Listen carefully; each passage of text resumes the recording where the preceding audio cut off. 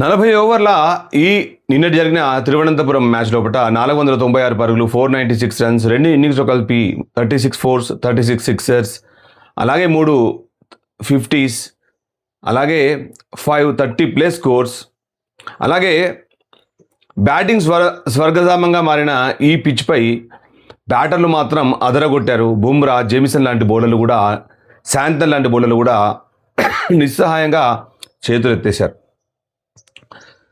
తిరువనంతపురంలో ఏకంగా 271 పరుగుల స్కోరు సాధించిన టీమిండియా ఈ మ్యాచ్లో పైచేయి సాధించింది. అలాగే టాస్ గెలిచి మొదట బ్యాటింగ్ చేసిన భారత్ కివీస్ బౌలింగ్ను మామూలుగా ఆడుకోలేదు. మొదట్లో చాలా ఓపికతో ఆడారు, ముఖ్యంగా ఎందుకంటే సంజు శాంసన్ ఫామ్లో లేడు. అతను 6 పరుగులకే వెనుదిరగడంతో తర్వాత బాధ్యతను ఇద్దరు కూడా అటు భుజస్కందన వేసుకున్నారు. అభిషేక్ శర్మ ఉన్నంతసేపు బ్యాట్ జులిపించాడు. తర్వాత ఇషాన్ కిషన్, సూర్యకుమార్ యాదవ్ ఇద్దరు కూడా ఒక మంచి పార్ట్నర్షిప్ను నెలకొల్పారు. ఆ తర్వాత చివర్లో అంటే ఒక 6 ఓవర్లు ఉండగానే మనకు హార్దిక్ పాండ్యా రావడం చాలా శుభసూచకం. అద్భుతంగా ఆడాడు. ఎందుకంటే అతను ఆడినంతసేపు బ్యాటర్లు చాలా భయపడ్డారు. ముఖ్యంగా రింకు సింగ్ మాత్రం అంత గొప్పగా ఆశించినంత స్థాయిలో కూడా అతను తన బ్యాటింగ్ని మరి చూపలేకపోయాడు. ఇంకా శివం దూబే నుండి స్ట్రైక్ను అతనే ఆశిస్తున్నాడు. నాకైతే ఆశ్చర్యం అనిపించింది, ఎందుకంటే శివం దూబే లాస్ట్ మ్యాచ్లో కూడా అద్భుతంగా ఆడాడు. శివం దూబేకి స్ట్రైక్ ఇవ్వకుండా తను స్ట్రైక్ తీసుకునే ప్రయత్నం చేశాడు. చివరి బాల్ కూడా 2 రన్స్ తీసుకొని స్ట్రైక్ తీసుకునే ప్రయత్నం చేశాడు రింకు సింగ్, కానీ శివం దూబే ఇవ్వలేదు. శివం దూబే సిక్సర్తో ఇన్నింగ్స్ ముగించాడు. ముఖ్యంగా బౌలింగ్ విషయానికి వస్తే, న్యూజిలాండ్ బౌలింగ్ విషయానికి వస్తే డఫీ 53 రన్స్ 4 ఓవర్స్లో, జేమిసన్ 4 overs 59, ఫెర్గూసన్ 4 overs 41. ఇతను ఒకడే మెరుగ్గా బౌలింగ్ చేశాడు. అలాగే ఇస్రోదిన్ అయితే ఆడుకున్నారు, 3 overs 48. ఫిలిప్స్ ఒకటే ఓవర్ వేశాడు, 10 రన్లు ఇచ్చాడు. అలాగే శాంతనర్ 4 ఓవర్స్లో 60 రన్స్, 1 వికెట్ మాత్రమే తీశాడు. ఎందుకంటే శాంతన్ని చాలా కీలకంగా లాస్ట్ మ్యాచ్ మనం శాంతనే ఓడగొట్టాడు. ఈ మ్యాచ్లో మాత్రం శాంతన్ని ఆడాలంటే ఒకటి శాంతన్ ఆడాలంటే ఎదురుదాడి చేయాలి మొదటి నుంచే. శాంతన్కి అవకాశం ఇవ్వకూడదు. అతనికి అవకాశం ఇస్తే అతను అద్భుతంగా బౌలింగ్ చేశాడు. అతనికి పిచ్తో సంబంధం లేదు, ఏ దేశంలో ఆడుతున్నామని సంబంధం లేదు. ఏ దేశంలో ఆడినా మాత్రం శాంతనర్ అలాంటి బౌలర్. అలాగే అబ్రార్, శాంతనర్, అలాగే ఆఫ్ఘనిస్తాన్ క్యాప్టెన్ కూడా అద్భుతంగా బౌలింగ్ చేస్తుంటాడు. వీళ్ళందరూ ఇంకా ఇండియా లోపల అక్షర్ పటేల్ని కూడా మనం ఈ కోవలోకి తీసుకోవచ్చు. రషీద్ ఖాన్ కూడా చాలా బౌలింగ్ చేశాడు రీసెంట్ పాస్ట్లో కూడా. అలాగే వరల్డ్ కప్లో కూడా ఇండియన్ సాయిల్పై, అలాగే శ్రీలంక సాయిల్పై తప్పకుండా వాళ్ళు మంచి ప్రభావవంతమైన బౌలింగ్ చేసే అవకాశం ఉంది. ఆఫ్ఘనిస్తాన్లో చాలామంది స్పిన్నర్లు ఉన్నారు. ఇప్పుడు ఈ వరల్డ్ కప్ లోపల ఎక్కువగా స్పిన్నర్లదే రాజ్యం. మరి అడపదడప హర్షదీప్ సింగ్ లాంటి బౌలర్లు మాత్రం తప్పకుండా రాణిస్తారు. బుమ్రా లాంటి బౌలర్లను ఆడుకోవడం కష్టం, ఆడడం చాలా కష్టం అనిపిస్తుంది. ఎందుకంటే యార్కర్లు వేస్తారు, స్లో రన్స్ వేస్తారు, ఏ బాల్ ఎలా వేస్తారు అనేది తెలియకుండా బౌలింగ్ చేస్తారు. సో అందుకని ఈ వరల్డ్ కప్ మాత్రం చాలా కీలకం.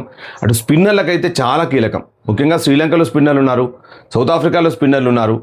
మీకు తెలుసు సౌత్ ఆఫ్రికాలో కేశవ్ మహారాజ్ అద్భుతంగా బౌలింగ్ చేస్తాడు. ఇంకా చాలామంది బౌలర్లు ఉన్నారు సౌత్ ఆఫ్రికా లోపల. అటు ఆల్రౌండర్లు కూడా ఉన్నారు. అలాగే న్యూజిలాండ్ టీంలో మీకు తెలుసు వీళ్ళందరూ కూడా అద్భుతంగా, ఈవెన్ ఫిలిప్స్ కూడా చాలా కీలకమైన బౌలర్. కీలకమైన తరుణాల్లో చాలా చక్కగా బౌలింగ్ చేస్తుంటాడు. ముఖ్యంగా లెఫ్ట్ హ్యాండర్లకు బౌలింగ్ చేసేటప్పుడు మాత్రం చాలా కీలకంగా బౌలింగ్ చేస్తాడు. టెస్ట్, వన్డే, T20లో కూడా ఫిలిప్స్ లాంటి బౌలర్లు చాలా అరుదుగా లభిస్తారు, మంచి ఆల్రౌండర్లు. అందరూ కూడా ఇప్పుడు ఈ వరల్డ్ కప్ గురించి కూడా, అంటే మనం ఈ మ్యాచ్ గురించి మాట్లాడుతున్నాం, అలాగే వరల్డ్ కప్ గురించి మనం మాట్లాడితే వరల్డ్ కప్లో చాలా కీలకం ఎవరయ్యా అంటే ఆల్రౌండర్లే. ముఖ్యంగా బ్యాటింగ్, బౌలింగ్ చేయగల సామర్థ్యం ఉన్న ఆల్రౌండర్లు చాలా కీలకం. ముఖ్యంగా ఇంకోటి ఏంటంటే సంజు శాంసన్ నిన్న ఫెయిల్యూర్ తోటి ఇషాన్ కిషన్ డెఫినెట్గా అతను ఓపెనర్ అయిపోయే అవకాశం ఉంది. ఎందుకంటే సంజు శాంసన్ మొదటి ఓవర్లో అవుట్ అవుతున్నాడు, లేదంటే 2వ ఓవర్లో. సో ఇషాన్ కిషన్ వచ్చే టీంలో డెఫినెట్గా ఉంటాడు, సమస్య లేదు. సో సంజు శాంసన్కి ద్వారాలు దాదాపుగా మూసుకుపోయినట్టే. తిలక్ వర్మ వస్తే మాత్రం అటు వాషింగ్టన్ సుందర్ వచ్చినా, తిలక్ వర్మ వచ్చినా మరి 2 ప్లేస్ అయితే ఖాళీ చేయలేరు. బట్ వాషింగ్టన్ సుందర్ బయట కూర్చోవాల్సిన అవసరం ఉంటుంది. ముఖ్యంగా హర్షదీప్ సింగ్ నిన్న ఎందుకు ఆడించారు నాకైతే అర్థం కాలేదు. ఎందుకంటే హర్షిత్ రాణాను కంటిన్యూస్గా ఆడిస్తూ హర్షదీప్ సింగ్ ఈ మ్యాచ్లో ఆడిస్తే, అంటే ఫెయిల్ అవుతే అతను పక్కన పెడదామనే ఆలోచన ఉన్నదేమో అనిపించింది నాకు. సో మీరు కూడా కమెంట్ చేయండి, షేర్ చేయండి. ఎందుకంటే హర్షదీప్ సింగ్ చాలా కీలకం. అతని మొదటి 2 ఓవర్లలో అతను 40 పరుగులు ఇచ్చాడు. ఆ తర్వాత అతను చాలా కుదురుకున్నాడు, 5 వికెట్లు తీశాడు. సో హర్షదీప్ సింగ్ని పక్క పెట్టడం అంత ఈజీ కాదు. ఒక మ్యాచ్లో చాలా కీలకమైన బౌలర్, రన్స్ ఎక్కువ ఇవ్వవచ్చు నిన్న, కానీ హర్షదీప్ సింగ్ తీసిన వికెట్లు మాత్రమే ఇండియాని గెలిపించాయి. లేకపోతే నిన్నటి మ్యాచ్ కూడా చాలా దగ్గరగా వచ్చారు. మొన్న మనం 217 పరుగుల లక్ష్యాన్ని ఛేదించడానికి ఆపసోపాలు పడ్డాం, 50 పరుగుల తేడాతో ఓడిపోయినాం. కానీ ఈరోజు 270 పైగా పరుగులు సాధిస్తే వాళ్ళు 40 అరౌండ్, వాళ్ళు న్యూజిలాండ్ వాళ్ళు 271 మనం కొట్టేస్తే 225, అంటే 46 రన్స్ తేడాతో వాళ్ళు ఓడిపోయినారు. అంటే చాలా దగ్గరగా వచ్చినట్టే మనతో పోలిస్తే. అలాగే ఈ మ్యాచ్లో గొప్పదనం ఏంటంటే ముఖ్యంగా ఎవ్వరు కూడా భయపడలేదు. అంటే మొదట్లో సంజు శాంసన్ వికెట్ పడిపోతే, మనం ఇంతకుముందు మొదట్లో వికెట్ పడిపోతే, కీలకమైన పవర్ ప్లేలు వికెట్ పడిపోతే చాలా భయపడి ఆడేది. కానీ ఎప్పుడైతే మరి ఇషాన్ కిషన్ తిరిగి జట్లోకి రావడం ఒక బలాన్ని ఇచ్చింది. ముఖ్యంగా అభిషేక్ శర్మ అవుట్ అయితే ఎలా అని ఇన్ని రోజులు అనుకున్నాం, కానీ అవుట్ అయినా కానీ భయం లేదు, ఇంకా వెనుక ఉన్నారు. ముఖ్యంగా ఇంకా బ్యాటింగ్, అక్షర్ పటేల్కి బ్యాటింగే రాలేదు. సో అంటే ఈ మధ్యలో అంటే 3 మ్యాచ్లు అయిపోయే వరకు ఇండియా మిడిల్ ఆర్డర్ వరకే బ్యాటింగ్కి అవకాశం ఇచ్చింది. ఆ తర్వాత ఆల్రౌండర్లకి అడపదడప వచ్చినాయి. కానీ ఈ లాస్ట్ మ్యాచ్లో మాత్రం అటు దుబేకు 6 కొట్టే అవకాశం లభించింది, ఒక 2 బాల్ ఆడే అవకాశం వచ్చింది.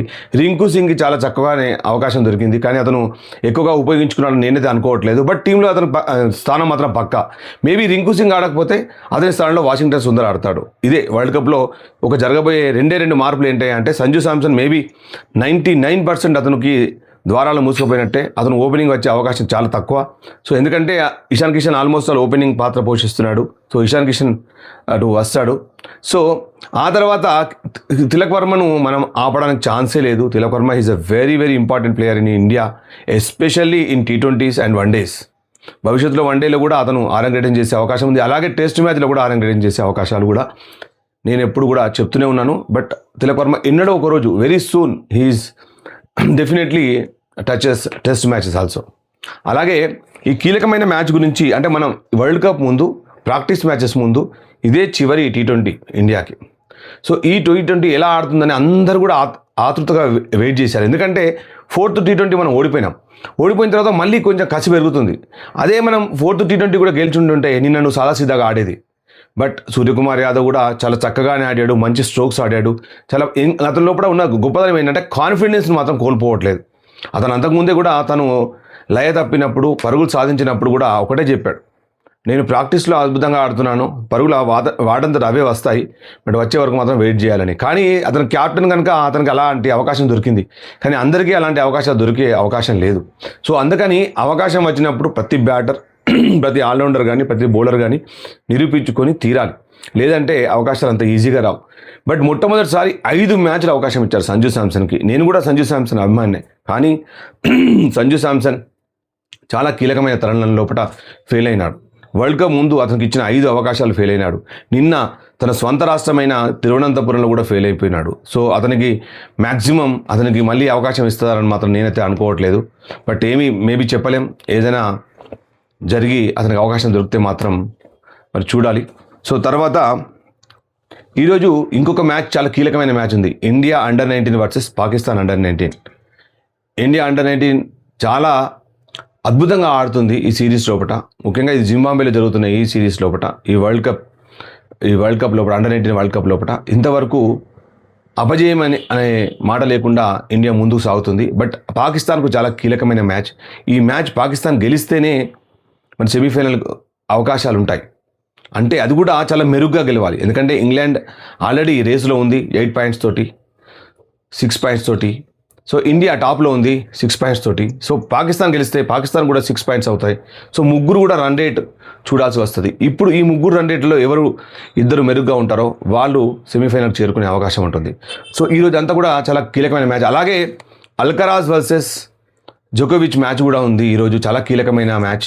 ఇప్పటి వరకు అల్కరాజ్ మరి కెరియర్ గ్రాండ్ స్లామ్ గెలవాలంటే కంపల్సరీ ఈ మ్యాచ్ గెలవాలి, ఈ టోర్నమెంట్ గెలవాలి. అలాగే ఈ మ్యాచ్ కనుక గెలిస్తే జోకోవిచ్ అందరికంటే ఎక్కువగా టైటిల్ సాధించిన ప్లేయర్గా చరిత్రలో నిలుస్తాడు. సో 24 ఆల్రెడీ గెలిచాడు గ్రాండ్ స్లామ్స్. అలాగే అల్కరాజ్ కూడా చాలా కీలకమైన మ్యాచ్. లాస్ట్ మ్యాచ్లో చాలా అద్భుతంగా ఆడి సిన్నర్తో గెలిచాడు జోకోవిచ్. అలాగే 5 సెట్ల మ్యాచ్లో కూడా అల్కరాజ్ మరి ఆడి గెలిచాడు. సో అంతా కూడా ఈరోజు చాలా స్పోర్ట్స్ విపరీతమైన స్పోర్ట్స్, మంచి స్పోర్ట్స్ ఉన్నాయి మీకు. సో మళ్ళీ మరొక మంచి వీడియోతో మీ ముందు ఉంటాను. Thanks for watching your favourite talk show, Ram Prasad talk show.